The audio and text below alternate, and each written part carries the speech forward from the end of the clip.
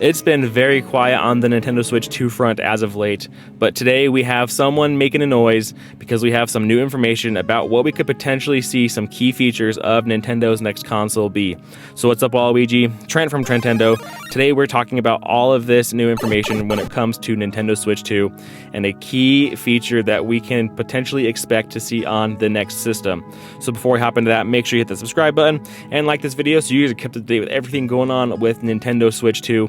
Here at Trentendo, we're going to keep you guys covered with the latest and greatest. So let's just hop right in. So if we go over to VGC, we can see that the company Vandal, it's a Spanish website, video game website specifically, is reporting that we could see some magnetic Joy-Cons with Nintendo Switch 2. So the idea here that we could maybe even see a new rail system or the rail system totally gone. So let's just hop into what they had to say. So it says long-running Spanish video game website Vandal claims to have received information about the console from sources at peripheral manufacturers. According to the site, Switch 2's Joy-Con controllers will attach to the console magnetically. As current Joy-Cons connect to Switch using a rail system, it's unclear if they will be forwards compatible with the new console. The existing Nintendo Switch Pro controller will work with Switch 2, it's claimed. So as it goes into the article a little bit more, they also show that Vandal actually reported on some of these features for the Switch OLED that ended up becoming correct with the bigger base stand as well as the Ethernet cable. So Vandal has some sort of a track record when it comes to reporting some of these features that we could potentially see with a next system. Now, it's also important to note somewhere in the article as well, they do mention that the manufacturers did not actually see the system. They got their hands on, a box to kind of understand the dimensions and what they may be working with.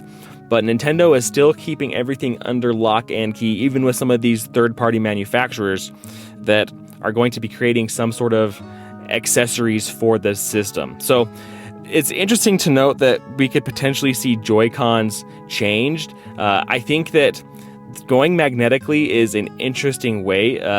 If we look at the way the Joy-Con currently works, when you first get your Switch, it's nice and snug. They snap on really nice. But as you continue to play with it, you get a little bit more jiggle room, even to the point where sometimes you have to be worried and concerned about maybe the Joy-Con just sliding off the rail completely on its own.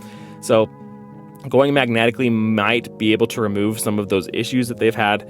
But if they do that, and as they note here, and that it's potential that we won't be able to use our current Joy-Cons on the next system, that would be, it's not the end of the world, but it would be pretty disappointing because there's been so many cool Joy-Cons, and I think people have really invested a lot into some of these additional controllers for the Nintendo Switch, and if you're not able to use them going forward, that's not going to be well received, I don't think. But if this really means that Nintendo has found a way to really eliminate some of the inconsistencies with how Joy-Cons attach and some of the downsides to it, that might be a good thing. The good news, though, the Switch Pro controllers will work. That makes a lot of sense if it's just a Bluetooth compatible. So maybe the Joy-Cons will work in that sense, that we'll be able to use them, on those little, I can't remember what they're called, the little things you slide in, you have your controller that you detach from.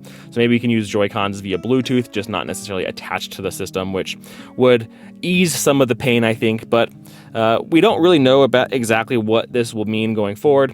Just have to wait and see, and we do have to take this as a rumor right now because it's not confirmed. We have to take everything with a grain of salt, but it is, as I said, interesting to note because Vandal had previously reported on some key features of the Switch OLED before we knew more about that system as well. So I'd love to hear your guys' thoughts down below on what you think about this with the magnetic Joy-Cons. If you like it, do you don't like it, do you want to be able to use your old Joy-Cons, or maybe you haven't really invested all that much money in Joy-Cons and you don't really mind. Like I've got a couple sets of Joy-Cons. I haven't collected all these, different versions, all these different special edition Joy-Cons. So it would be, it wouldn't stink as much for me, but I do understand if you have a lot of Joy-Cons and if you've used, you have your favorite one you want to use going forward, it would stink to not be able to do that on Nintendo's next system. So I'd love to hear your guys' thoughts down below on all of that as well.